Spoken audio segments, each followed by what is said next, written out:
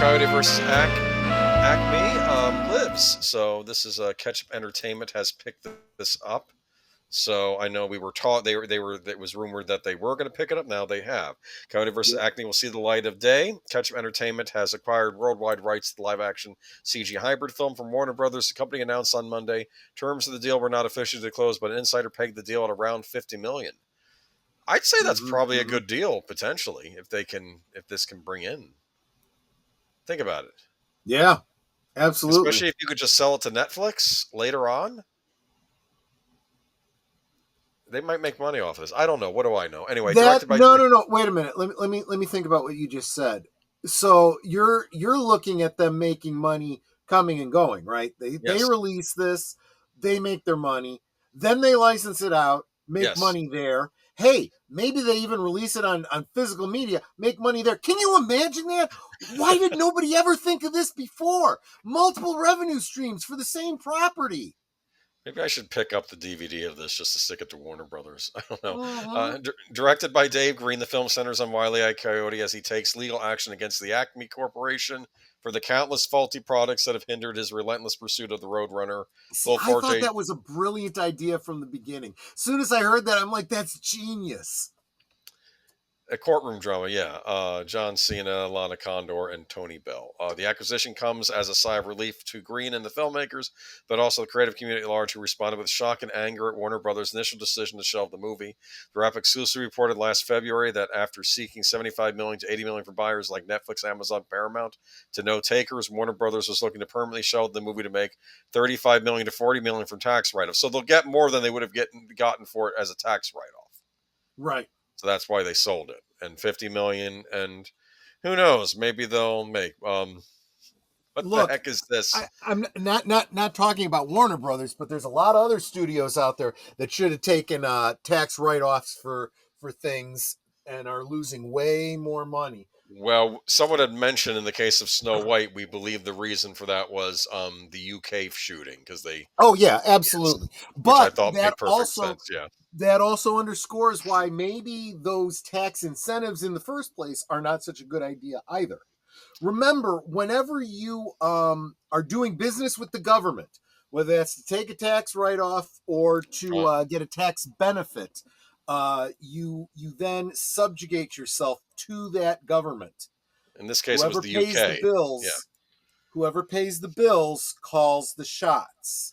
And when you're dealing with these kinds of dollars, you don't want anyone else calling the shots.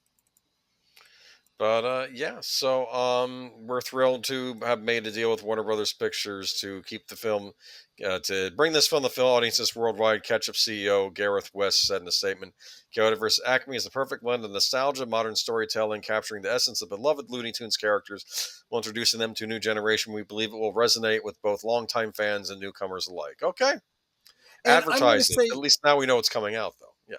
And I'm going to say, too, that this kind of feels like, what was it, like Space Jam, right? The original Space Jam. Now, I think the Space Jam kind of tried to pull star power. It was all the Michael Jordan film, right? But it was also a very good Looney Tunes cartoon. I think this one is going less for the star power and more on the Looney Tunes, which is probably in the long run a better way to go. That makes this potentially a more timeless film potentially going forward. Stuck with John Cena, but he's playing the villain, I think. So, well, he should. John Cena should be playing villains at this point. Should be a fun one. Yeah. Yeah, I agree. But now Warner Brothers had some news regarding Looney Tunes, and this threw me for a loop this week. Last week I was raging against them.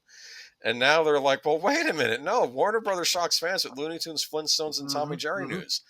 After such an upsetting March for Looney Tunes fans, thanks to Warner Brothers, the animation sector of the company appears to have amazing news, not just for the acclaimed franchise, but also for two more classics. During their presentation as part of CinemaCon 2025, it was announced that the new animated movies based on Looney Tunes, the Flintstones, and Tom and Jerry are now in the works.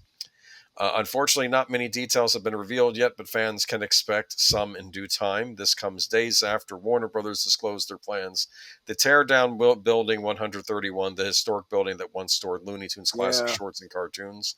Demolition was said to make room for the company's many HBO shows filming on the famous lot. That's not all Yeah. Warner Brothers did in March. Not long after the demolition, news circulated about the intentions to remove most of Looney Tunes programming from Max, including the same original shorts. While this happened, Day of the Earth Blew Up, the latest Looney Tunes animated film, was doing quite well in theaters after its release on March 14th. At the end of last month, it grossed $8.2 million in the U.S. and Canada, with $2.4 million in other territories, for a worldwide total of $10.6 million. Is that well? I don't know. For an animated feature, that's Maybe. probably not bad. I mean, you do keep your costs down with animated features. Unless there was a typo in here. Restoring much of the Looney Tunes' quintessential charm with a daffy and dose of high energy and inventive gags, Day of the Earth goes on to show that these iconic characters remain evergreen fun. Okay, that's from the website Rotten Tomatoes. Rotten Tomatoes. These new Warner Brothers animated pictures are not launching anytime soon. Like Looney Tunes has a recent animated movie. Tom and Jerry also does, but a few years older. In February 2020, a live-action comedy based on beloved characters was released, marking the franchise's second theatrical film. It was directed by Tim Story from a screenplay by Kevin Costello and starring Chloe Grace Moretz. We talked about that on here. I forgot all about it. Remember that? Yeah. Was I being Mr. Negative at that time, just hating everything announced and just thinking it was going to be possibly? I mean, it is part of the brand for Geeky Geezers, right? We are being, but I don't want to be unfair. Maybe the movie was fine, and I was too hard on it. As for the Flintstones, an animated film has been in development for quite some time. Warner Brothers Animation has been making multiple attempts to bring the prehistoric family back, with one canceled project being attempted adult-orientated version helmed by Seth MacFarlane. I don't know about that. Meanwhile, Meet the Flintstones, the franchise's upcoming feature film, is now in the works from the Super Mario Brothers directors Aaron Horvath and Michael Jenelic. I think that's a good team to do a Flintstones movie. Yeah. I could see them doing, if they can bring the same spirit they brought to the Super Mario Brothers movie, I think this will be a hit. So, yeah, I think maybe the Flintstones movie might be something to look forward to. I think one thing that's missing from this, and it may still happen, I hope somebody thinks about it. Look, somebody over at Warner Brothers, if you hear this, I lay no claim to this idea. You should just do this thing. If in the real world they are destroying this studio with the famous water tower, they need to do a short with the Animaniacs being displaced and having to move, and make it a short as an intro to one of their other more larger features. I tried watching the more recent show. I couldn't do it. Yeah. And I got very annoyed actually by the fact that the new writers of the show were so dismissive when the original writers showed up, and they were like, "We don't need to hear from you." You know, it's like, come on.